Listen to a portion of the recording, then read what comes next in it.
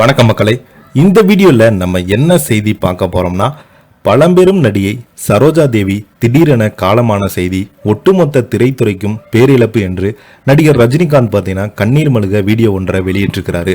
வாங்க என்ன தகவல் என்ன செய்தின்னு இந்த வீடியோல விரிவாக பார்க்கலாம்.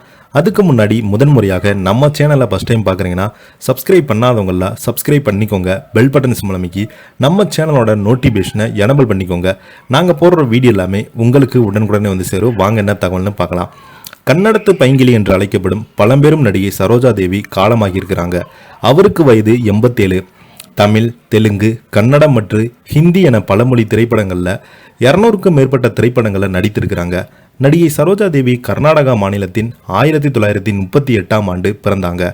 சரோஜா தேவி உண்மையான பெயர் ராதா தேவி. பைரப்பா ருத்ரம்மா தம்பதிகளுக்கும் 4வது மகளாக பிறந்தாங்க.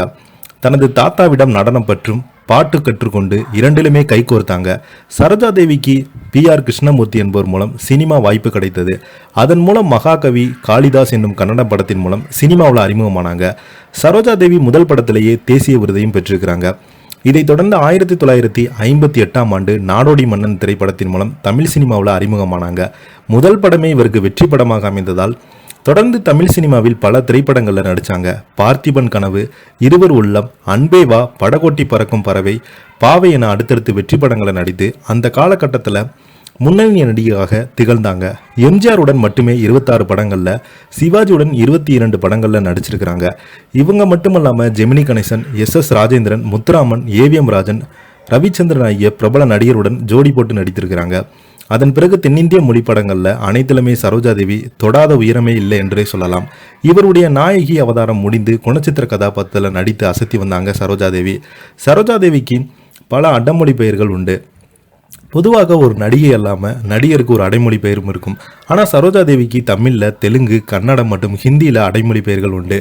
அபிநய சரஸ்வதி தெலுங்கு திரையுலகின் இவங்க, சாலபா சுந்தரி கன்னடத்தில் அபிநய காஞ்சனா மாலா என்றும், ஹிந்தியில் அபிநய பாரதி என்றும் இவரது ரசிகர்கள் இவரை அழைப்பாங்க. இவருக்கு பத்மஸ்ரீ, பத்மபூஷன் மற்றும் வாழ்நாள் சாதனையாளர் விருதுகளும் இவருக்கு கிடைத்தது. இந்த நிலையில் உடல்நலக்குறைவின் காரணமாக, வயது மூப்பு காரணமாக பெங்களூரில் உயிரிழந்து போயிருக்கிறாங்க. அவருக்கு வயது 87. இவருடைய மறைவு திரைத்துறையினரை சோகத்தில் ஆழ்த்தியுள்ளது. இவர் கடைசியாக சூர்யா, நயன்தாரா நடித்த ஆதவன் படத்தில் நடித்திருக்கிறாங்க. இவருக்கு அஞ்சலி செலுத்திய நடிகர் ரஜினிகாந்த் அவர்கள், சரோஜா தேவியுடைய பயணம் ரொம்பவே குறுகியதுகள்ல, அது நீண்ட நாட்களாக அவங்க மறைந்தாலும் அவங்களுடைய பேர் சொல்லும் அளவுக்கு அவங்க நடித்த திரைப்படங்கள் எல்லாமே மக்கள் அந்த அளவுக்கு கொண்டாடி தீர்த்திருக்காங்க. இவங்களுடைய மரணத்திற்கு என்னுடைய ஆழ்ந்த இரங்கல்னு நடிகர் ரஜினிகாந்த் அவர்கள் இரங்கல் தெரிவிச்சிருக்கிறாரு. இதை பற்றி நீங்கள் என்ன கீழே உள்ள கமெண்ட் பாக்ஸில் மறக்காமல் பதிவிடுங்க. நன்றி.